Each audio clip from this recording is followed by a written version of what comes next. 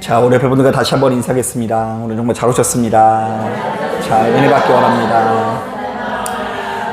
여러분 무더운 날씨 가운데 고생 참 많으십니다. 여러분 오늘도 그 생업의 현장 가운데서 고생 참 많이 하셨죠. 그런데 이 자리에 나오신 분이 얼마나 이제 존경스러운지 모릅니다. 우리 김건중 지사님 잘 오셨어요. 오늘 그냥 진짜 여기 앉아 계신 거가 보통 힘든 일이 아닐 텐데 오신 게 참 귀하고요. 우리 김영남 성도님도 그냥 이거 얼마나 귀한지 모릅니다. 이게 난생 처음으로 수요일날 이렇게 저녁에 오신 거예요. 진짜 이 오신 것 자체가 귀하고요. 우리 순금 지사님도 진짜 이름처럼 저한테는 순금처럼 느껴지십니다.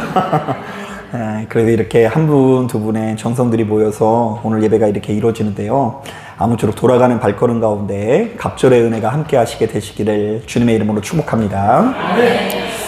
오늘 우리가 읽은 이 본문을 보면 이 사도 바울이 빌립보 교인들에게 너무나 애정어린 조언을 건네는데요. 나는 지금 너희와 함께 하지 못하고 비록 로마 감옥에 갇혀 있지만 너희는 정말 두렵고 떨리는 마음으로 너희 스스로의 구원을 이루라. 구원을 완성하라고 권면합니다. 자, 한번 따라 보겠습니다. 너희는 두렵고 떨리는 마음으로 스스로의 구원을 이루라. 여러분 많은 분들이 바로 이런 이야기를 들으면 우리 안에 가득한 죄성을 주목하는데요. 자, 왜냐하면 아무리 생각해도 우리는 도무지 개선되기 어려운 이 죄성을 가지고 있기 때문입니다. 제가 이 말씀을 준비하다가 갑자기 생각나는 장면이 있는데요. 제가 전도사 시절에 섬기는 교회에서 그 한 달에 한 번씩 그 노숙인들에게 500원짜리를 나눠주는 어떤 그런 행사를 했습니다. 그래서 이제 저희는 처음에 한 50분 정도 오시겠지 해가지고 그 500원짜리를 한 50개 정도 준비했는데요. 그것이 소문이 나가지고 그 다달이 200명씩 와가지고 그 전국에 있는 노숙자들이 그 500원 받으려고 지하철을 막 그 뭐 불법으로 타고 뭐 이렇게 어떻게 해가지고 그 500원을 이렇게 받았는데요. 저희가 그 행사를 이렇게 시작할 때만 하더라도 사실은 굉장히 좋은 취지로 시작을 했습니다. 비록 작은 돈이긴 하지만 바로 그 500원짜리를 통해서 그 노숙인들의 어떤 그 소유의 기쁨을 회복시키고 그들에게 그 작은 동전 하나로 인해서 작은 소망이 생겨나기를 기대했던 것이죠. 자, 하지만 이 사역은 생각보다 그렇게 오래 지속할 수 없었는데요. 왜냐하면 우리들의 기대와는 달리 노숙인들이 두세 사람이 모여서 소주를 사 먹더라고요. 그 500원을 가지고 이렇게 좀 건설적으로 뭐 빵 같은 것도 사 먹을 수 있잖아요. 그런데 이제 이 노숙인들이 두세 분이 모여가지고 소주를 사 먹은 다음에 그 거나하게 이렇게 기분이 좋아지니까 그 주변에 있는 상인들에게 행패를 부려가지고 하도 민원이 많이 들어와가지고 그 행사를 못하게 됐는데 나중에는 돈 내놓으라고 성질을 내더라고요. 왜 주기로 하는데 안 주냐고. 제가 이런 경험을 하면서 한 가지 깨달은 것이 있는데요. 사람이 지금껏 살아온 습성을 버리고 완전히 새로워진다는 것은 그야말로 기적이라는 생각이 듭니다. 여러분 그래서 가만히 보면 옛 선조들의 이야기가 하나도 틀린 것이 없는 게요. 3살 버릇이 몇 살까지 간다고 하죠? 예, 요즘엔 100살까지 간대요. 100살까지 살아가지고 3살 버릇이 100살까지 간다는 것이 느껴지게 되고요. 그리고 오늘 말씀 준비하다가 이제 이 중독에 관한 이렇게 영상을 하나 보았는데요. 그 요지가 이렇더라고요. 사람의 뇌는 항상 옳은 감정을 선택하는 게 아니라 익숙한 감정을 선택한대요. 그게 이제 가장 효율적이라고 생각을 해서 그 낯선 길로 가면 도파민이 나면서 열량이 발생하잖아요. 그래서 열량을 최대한 줄이기 위해서 우리의 뇌는 옳은 감정이 아니라 어떤 감정이요? 익숙한 감정. 살아온 대로 살아간다는 거예요. 그래서 이제 사람이 중독을 이기는 것이 참 어렵다고 하는데요. 사람이 이 담배를 많이 피면 우리의 이 폐가 완전히 깨끗해지려면 10년 걸린대요. 좀 실망이세요? 예, 이 담배를 끊기 위해서 완전히 깨끗해지는 시간이 몇 년이 필요하다고요? 예, 10년이 필요하다고 하고요. 금주는 5년 정도 걸린대요. 그 술을 안 먹고 이 버틸 수 있는 시간이 5년이 지나면 안정기에 접어들었는데 너무나 놀라운 것은 6년째부터 다시 먹는 확률이 엄청나게 높다고 합니다. 그래서 이제 알코올 중독이라는 것은 치료가 되지 않는다라는 말을 건네고요. 그리고 또 한 가지를 이렇게 권면을 하는데, 음란물을 이기기 위해서, 내 뇌가 완전히 깨끗해지기 위해서 필요한 시간을 3개월로 보더라고요. 남자들 같은 경우에 그 음란물을 3개월 동안 보지 않아야 되는데, 그것을 견디기가 참 어렵다. 익숙한 길을 이겨내기 어렵다라고 이야기하는데, 이런 것을 볼 때 우리는 정말 두렵고 떨리는 마음으로 스스로의 무엇을 이뤄야 될 것 같아요? 구원을 이루기 위해서 노력해야 돼요. 한두 번 은혜 받았다라고 안심할 것이 아니라 두렵고 떨리는 마음으로 스스로의 구원을 완성하기 위해서, 이루기 위해서 노력해야 된다는 것이죠. 자, 그런데 어머니 따졌을 때 지금 제가 전하는 말씀이 굉장히 일리 있게 느껴질지 모르겠지만, 사실 오늘 우리가 읽은 이 본문의 포인트는 우리 안에 가득한 죄성이 아니라 우리 안에 거하시는 하나님이십니다. 자, 그러니까 우리가 두렵고 떨려야 하는 이유는 우리의 죄가 커서가 아니라 우리 안에 누가 거하시기 때문에 두려워해야 된다고요. 하나님께서 거하시기 때문에 두려워해야 된다고 이야기하고 있는데요. 자, 13절 말씀 실제로 한번 읽어볼게요. 13절 시작. 너희 안에서 행하시는 이는 하나님이시니 자기의 기쁘신 뜻을 위하여 너희에게 소원을 두고 행하게 하시나니. 너희는 너무 악하니까 두렵고 떨리는 마음으로 구원을 이루라, 이런 말 없죠. 너희 안에 누가 거하시니까? 하나님께서 거하시니까 두렵고 떨리는 마음을 가지라고 권면합니다. 자, 그러니까 우리가 이 각박한 이 세상에서 진짜 떨리고 두려운 마음을 가져야 하는 이유는 내 안에 하나님께서 거하신다는 사실 때문인데요. 자, 여러분 상상해 보세요. 이 성경이 쓰여진 시기만 하더라도 신분의 귀천이 있고 지위의 고하가 있는 시대 아닙니까? 자, 그렇다 보니 일반 백성들 입장에서는 황제 폐하 앞에 서는 것이 몹시도 두려운 일이었습니다. 자, 왜요? 행여 말 한마디 잘못하면 그 황제한테 어떻게 되죠? 죽임을 당할 수 있기 때문이죠. 그러니까 그 앞에서는 감히 고개를 들 수 없고요. 숨조차도 버거웠을 것 같다라는 생각이 듭니다.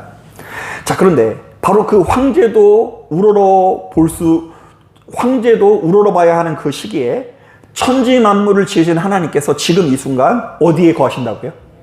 네, 내 안에 거하시고 있다고 한다면 두렵고 떨리는 마음을 가질 수밖에 없는 것이죠. 하나님께서 우리 안에 거하시니까 모든 일에 원망과 시비가 없게 하는 거예요. 그러니까 내 감정을 다스리기 위해서 참는 게 아니라 지금 내 안에 지금 누가 있으니까? 하나님께서 있으니까 모든 일에 원망과 시비가 없게 할 수밖에 없고요. 또한 하나님께서 우리 안에 거하시니 그래도 순결하고 그래도 흠없는 삶을 살기 위해서 노력할 수밖에 없다라는 것이죠. 여러분, 실제로 제가 목회를 해보니까요, 여러분, 제가 이 말씀의 무게를 조금 알만한 일들이 많이 생기게 되는데요. 자, 우리 성도님들이 어쩌다가 이 목사가 가정에 신방을 간다고 한다면 되게 많이 긴장하시더라고요. 그래서 어떤 분들은 신방을 받고 나서 이 몸살을 앓는 분들이 되게 많이 있어요. 그래서 왜냐고 물어봤더니 어제 하루 종일 청소하느라고 힘들었대요. 그래서 청소하느라고 이제 얼굴이 사색이 되고요. 어떤 가정은요, 목사님 그 문은 열지 마세요, 이래요. 왜 그러냐면 청소하다 이제 안 돼가지고 방 하나에 막 처박아놔가지고 문 열면은 막 떨어질까봐 이렇게 하지 말라고 하는 경우가 많더라고요. 목사가 간다고 하더라도 굉장히 긴장을 하세요. 자, 그리고 여러분, 일전에 이런 일도 생각이 나는데요. 한 성도님 부부와 함께 차를 타고 식사 자리를 가진 적이 있는데요. 이분들이 저는 뒤에 차를 태워놓고 뒷자리에 앉혀놓고 두 분이 같이 이렇게 앞에 앉아 있는 거죠. 그런데 이분들이 서로 이런저런 대화를 하다가 갑자기 늘상 그러던 대로 이 두 분이 서로 험한 말을 주고받더라고요. 음식점에 예약을 했냐는 둥, 그럼 네가 해지 그랬냐는 둥, 막 서로 신경질적인 말을 툭 하면 아무 생각 없이 서로 막 주고받는 거예요. 그런데 한참 신랑을 벌이다가 이분들이 깨달았어요. 뒤에 누가 앉아 있다고요?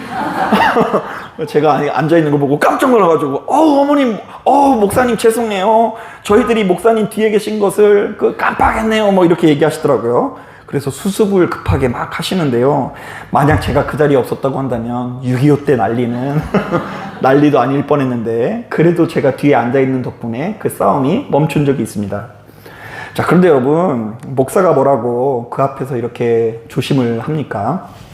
어머니 따졌을 때 우리는 목사도 지으시고 로마 황제도 지으신 하나님께서 지금 이 순간 내 안에 거하고 계시다는 것을 크게 여길 수 있어야 하는 것입니다. 자, 더욱이 이 13절 보니까 하나님께서는 우리 안에 거하시면서 그저 지켜만 보시는 것이 아니라 소원을 두고 행하게 하신다라고 말하십니다. 자, 그러니까 여러분, 우리 안에 하나님께서 거하신다는 것은 감시자가 생겼다라는 것이 아니라 이런 의미가 있는데요. 자, 한번 따라해 보겠습니다. 하나님께서 소원을 두고 행하게 하신다. 소원을 두고 행하게 하신다. 자, 그러니까 이것은 하나님께서 내 마음의 뿌리부터 새롭게 빚어가신다라는 의미가 담겨 있어요. 자, 그러니까 하나님께서 지금까지는 내가 내 마음대로 살았는데 그것을 막 토기장이처럼 빚으시면서 누구의 뜻대로요? 하나님의 뜻대로 새로 빚어지기 때문에 우리의 속성이 전혀 다른 모습으로 나아가게 된다는 것이죠.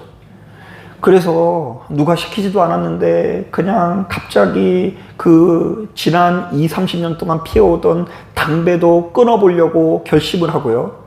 그리고 그동안 그렇게 오랫동안 먹어오던 술도 조금 피해보려고 노력하고요. 내가 그토록 나를 더럽혀 왔었던 음란물도 때로는 그것을 보지 않기 위해서 내 마음을 다시금 정돈하게 되는데요. 물론 작심 3일일지라도 제가 늘상 얘기하죠. 작심 3일을 100번 하면 며칠이에요? 1년 되는 줄로 믿습니다. 끊임없이 하나님께서 우리에게 작심 3일 할 수 있는 마음을 허락하시사 우리 마음을 새롭게 빚어 주시면서 새로운 소원을 주시는 하나님이시라는 것입니다. 자, 저는 바로 이런 관점에서 본문에 나오는 이 사도 바울의 고백이 참 놀라운데요. 자, 바울도 이제 주님을 만난 지 오래가 돼서 이제 하나님께서 그 마음을 너무 오랫동안 빚어주신 거예요. 자, 그래서 이제 이 바울은 로마 감옥에 갇혀 있으니까 인생이 끝날 날이 얼마 안 남았거든요. 그랬더니 이제 바울이 엄청 성숙했나 봐요. 자, 어느 정도까지 이른다고 하는지 우리 17절 말씀, 18절 말씀 천천히 읽어볼게요. 17, 18절 시작. 만일 너희 믿음의 재물과 섬김 위에 내가 나를 전제로 드릴지라도 나는 기뻐하고 너희 무리와 함께 기뻐하리니 이와 같이 너희도 기뻐하고 나와 함께 기뻐하라. 여러분, 이게 무슨 말인지 하나도 모르겠죠. 자, 우리는 먼저 이때 이 전제라는 말에 동그라미를 쳐야 되는데요. 옛날 사람들은요, 그 하나님께 제사를 드릴 때 제물을 올려놓고 그 위에 포도주를 부었거든요.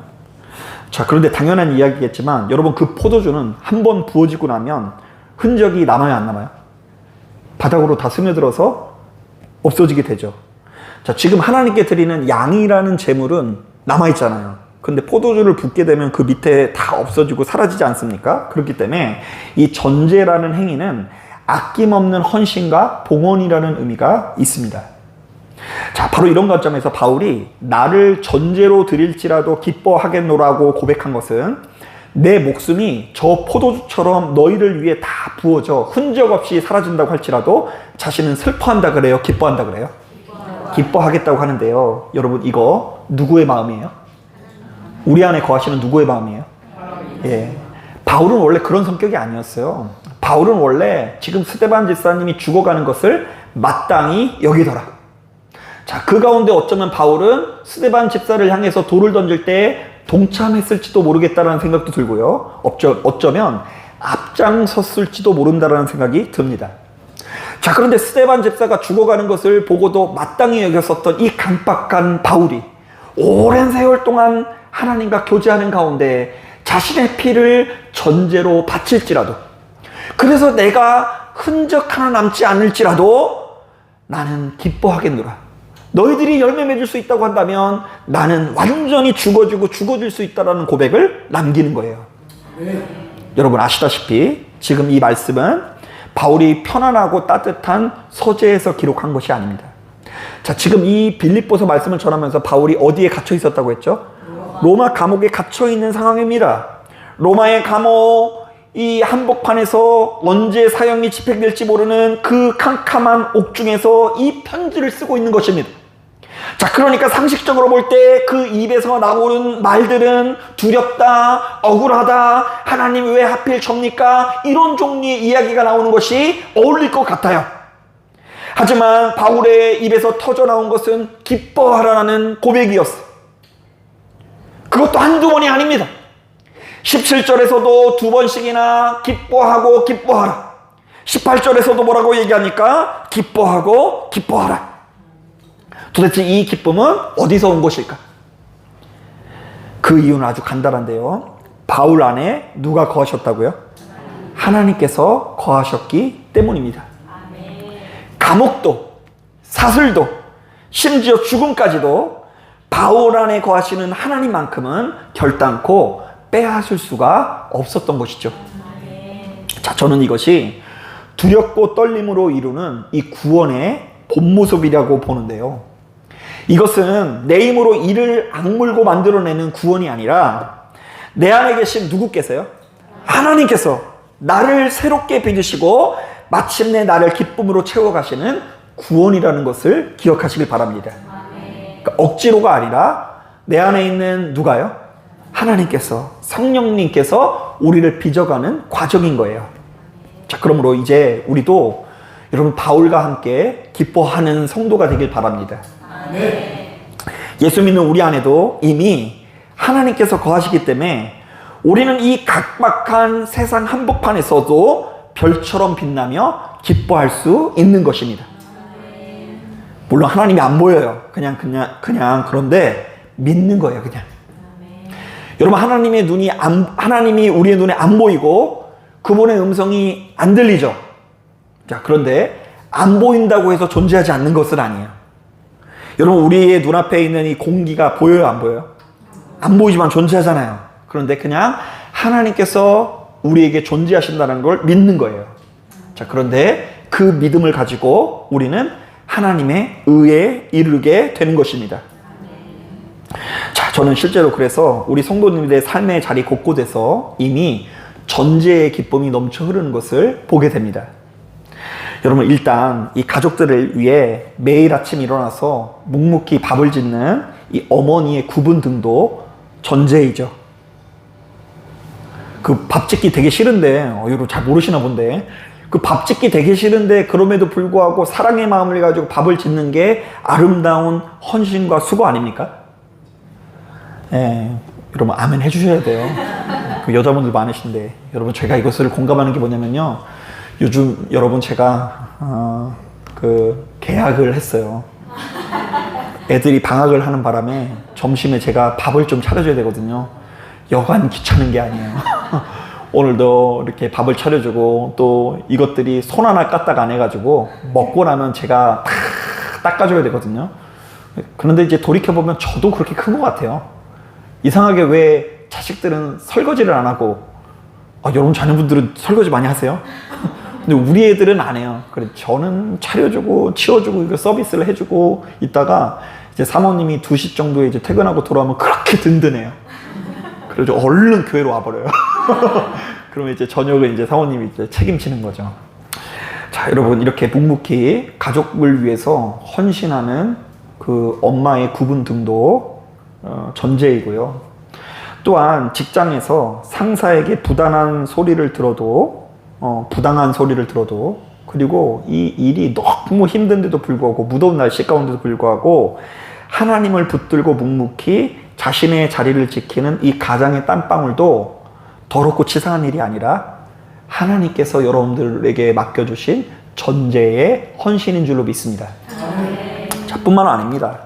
남들이 알아주지 않아도 주일마다 교회에 나와서 청소들을 하고 식당에서 설거지를 하면서도 환하게 웃으시는 우리 성도님들의 섬김이 바로 흔적 없이 부어지는 포도주, 전제일 수 있는데요. 아마도 세상의 사람들은 이런 우리들의 모습을 보고 이해하지 못할 수도 있어요. 여러분, 이 세상에서는 뭐가 생기면 쟁여놓을 것 같아요? 아니면 베풀 것 같아요? 세상에서도 요즘 많이 베풀어요. 그런데 이제 세상의 사람들은요, 다 계산적이에요. 밥을 한 번 얻어 먹었으면 또 한 번 또 어떻게 해야 되죠? 사야 되고, 뭐 이런 계산이, 보이지 않는 계산이 얼마나 많은지 모릅니다. 그런데 예수 믿기 때문에 항상 손해를 보면서 타인에게 손을 피고 희생하고 봉사하려고 하는 우리들을 볼 때 세상의 사람들은 바보라고 말할 수 있을 것 같다는 생각이 듭니다. 자, 하지만 예수 믿는 우리들은 억울해하지 않습니다. 왜냐하면 그 헌신과 섬김의 끝에는 내 안에 계신 하나님 아버지께서 주시는 진짜 기쁨이 있다는 것을 믿기 때문인 거죠. 자, 바로 이런 점에서 이 사도 바울이 로마서 12장 1절에서 우리에게 건네는 권면을 기억할 필요가 있습니다. 자, 한번 따라 보겠습니다. 너희 몸을 하나님이 기뻐하시는 거룩한 산 제물로 드리라. 이는 너희가 드릴 영적 예배니라. 자, 우리를 뭘로 드려요? 거룩한 산 제물로 드리라고 하잖아요. 그런데 이게 저는 오늘 본문에 나오는 전제 같다는 생각이 들어요. 전제가 아무런 흔적 없이 이게 그냥 물 막 부으면은 밑에 스며드는 거잖아요. 없어지잖아요. 우리가 그런 종류의 사람이 되어지는 것을 의미해요. 우린 조금만 헌신하고 조금만 수고하면 주변에 많은 사람들이 알아주길 바래요. 그리고 어떻게든 더 높은 자리로 올라가서 머리 되고자 하는 마음이 우리 안에 작동할 때가 많이 있죠. 그리고 이런 나의 헌신과 수고를 알아주지 못할 때 속상한 마음이 들어야 안 들어요? 예, 들 때가 있어요. 그런데 그때 우리가 그럼에도 불구하고 눈에 보이지 않지만 우리 안에 누가 거하시기 때문에 하나님께서 거하시고 하나님께서 이 모든 수고와 헌신을 알고 있기 때문에 저 하늘을 바라보고 하나님 앞에 영광 돌릴 수 있는 사람이 되어야 하는 것입니다. 자, 사랑하는 여러분, 말씀을 정리합니다. 여러분, 우리가 살아가는 일상이 때로는 감옥처럼 답답하고 나만 희생하는 것 같아서 억울할 때가 있을 것 같은데요. 하지만 그때마다 내 안에 거하시며 소원을 두고 행하시는 하나님을 바라보시길 바랍니다. 자, 이번 한 주간 가정에서, 일터에서, 그리고 교회에서 나와 동행하신 하나님을 바라보면서 기꺼이 나 자신을 전제의 모습으로 붙는 사람이 되길 바랍니다. 자, 바로 그때에 세상의 눈에는 믿지는 장사 같아 보여도 저 천국의 상급으로 쌓인다 안 쌓인다? 예, 저것도 너무 이렇게 얘기하니까 너무 상급 계산만 하시는 분이 있어요. 그런데 그렇게 상급 계산하시면 안 되고 하나님의 나라에 동참하는 것 자체가 영광인 거예요. 저기 가서 뭐 그랜저 타고 뭐 엄청나게 뭐 대단한 차 타고 뭐 그래서 축복이 아니라 그냥 하나님의 성품을 닮아가면서 그분처럼 살아가는 이 모든 형상이 우리에게 주어진 최고의 상급인 거예요. 그것이 주님께서 허락하시는 진짜 기쁨이고 그 기쁨이 우리의 심령을 지배하는 상태라는 것을 믿으시는 저와 여러분들이 되기를 주님의 이름으로 축복합니다. 자, 기도하겠습니다.